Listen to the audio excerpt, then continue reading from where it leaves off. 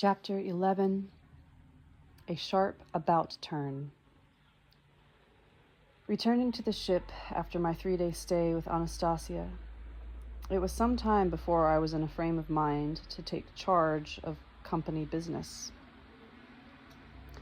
At first, I was unable either to decide on the ship's next destination or answer the many radiograms coming in from Novosibirsk. And the hired workers, and even some of my crew, apparently sensed my inattention to the daily routine and began stealing. They were arrested by the police from Surgut, the town where the ship was docked, working with my bodyguards, and detention papers were drawn up, but even this was not something I felt like delving into at the time. It's hard to say at the moment just why my talks with Anastasia had such a strong effect on me. Before this, my firm had received many visits from representatives of all sorts of religious denominations. They claimed they wanted to do something good for society and always asked for money. Sometimes I would oblige just so they would go away without looking too deeply into the cause they were collecting for. And what was the point of asking them more questions if the conversation always ended up with a request for money? In contrast to all these so-called religious people, Anastasia never asked for money. In any case, I couldn't even imagine what I could give her. Outwardly, it seemed she had nothing, and yet I gradually got the impression that she had everything. I gave orders for the ship to proceed full speed to Novosibirsk, and I holed myself away in my cabin to think. My more than 10 years' experience in business and team management had taught me a lot. These highs and lows I had gone through had given me the skills I needed to seek and find out a way out of all sorts of tricky situations. This time, however, I felt I was at rock bottom. All the troubles imaginable came upon me simultaneously. The failure of the firm appeared imminent.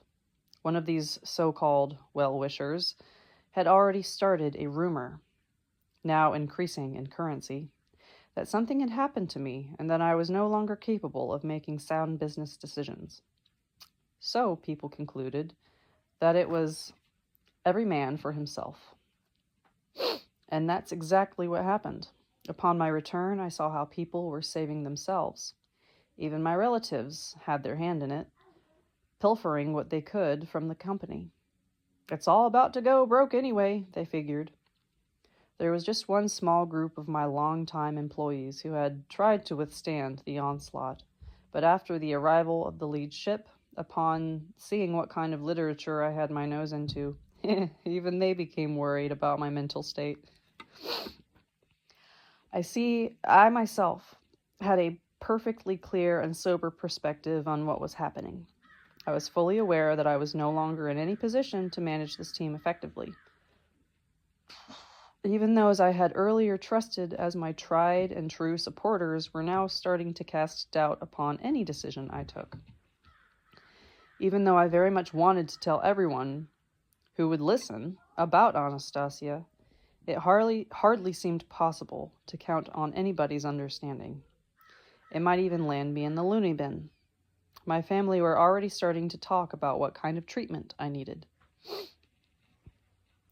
Without saying so in so many words, those around me were demanding that I get back down to earth and come up with a business plan, and a successful one at that. They dismissed my latest distraction as either madness or a nervous breakdown. I had really begun thinking about all sorts of things in this life of ours. What's going on here? I thought. You hustle through one commercial operation and even earn big money, but where is the satisfaction? You immediately want more. And it's been going on like that for over 10 years now. Where is the guarantee that this race won't last my whole life without so much as a whiff of satisfaction? One person gets upset because he doesn't have enough money for a bottle of vodka. A billionaire gets upset because maybe he doesn't have enough for some major acquisition or another. Maybe it's not the amount of money that counts. One morning, 2 old acquaintances of mine both entrepreneurs in charge of big commercial firms, came to see me at my office. I started talking with them about setting up a commonwealth of pure-minded entrepreneurs, about the purpose and goals of our business activities. After all, I just had to share all of this with somebody. They played along, nodding now and then in agreement. It was a long conversation, and I ended up thinking to myself, can it be that they actually grasped it? Did they spend a lot of time discussing it? After all, later my driver told me,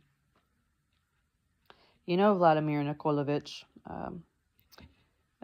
footnote, Nikolaevich, Vladimir Migre's patronymic, a middle name derived from one's father's first name. In Russian, the combination of the first name and the patronymic is the standard polite form of address among business acquaintances, especially to a superior. You know, Vladimir Nikolaevich,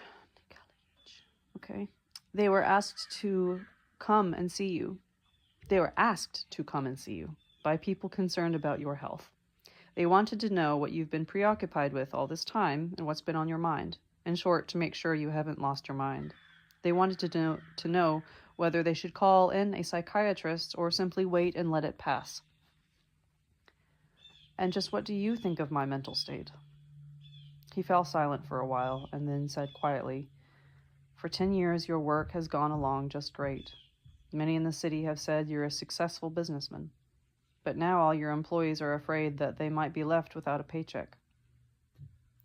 It was only then that I realized the extent of people's concern about me, and I said to the driver, turn the car around. I went back to the office. I called an emergency staff meeting.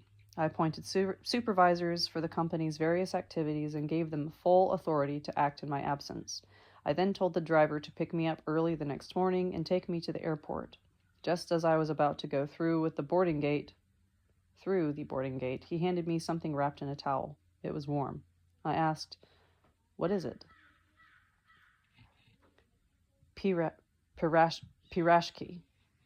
Footnote, pirashki, a Russian pastry with a filling akin to Ukrainian pierogies. A quintessentially homemade dish. They're often the highlights of family gatherings and celebrations. A gift of pirashki denotes a loving attitude on the part of the giver. So you're giving me these out of compassion for a crazy person, eh? They're from my wife, Vladimir Nikolaevich. She couldn't sleep, and she baked all night. She's never baked anything before. She's still a pretty young woman, but last night she plunged right in. She insisted I give them to you. She wrapped them in a towel. They're still warm. She says, you won't be back for a while, if you come back at all. This is goodbye.